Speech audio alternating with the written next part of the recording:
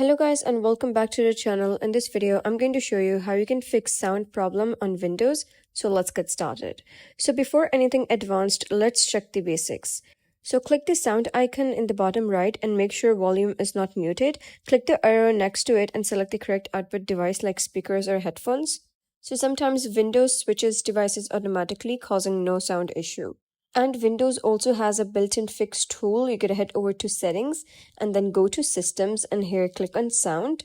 And here you'll be able to see speakers. Click on it, and right here you'll be able to see a button that says check for driver updates. Click on it and updating your drivers will fix the issue.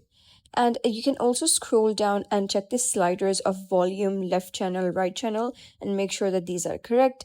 And if that doesn't solve your problem as well, you can go back, scroll down, and you'll be able to see an option that says troubleshoot common sound problems. Here you're going to click on output devices, and after that you'll be redirected to a get help section, and you got to fill the form for the support, and in that way you can contact support of Windows and they will let you know the next steps in order to fix your problem. So that's the end of today's video. If you found this video helpful, please consider subscribing and leaving a like. It really helps me out, and I'll see you next time.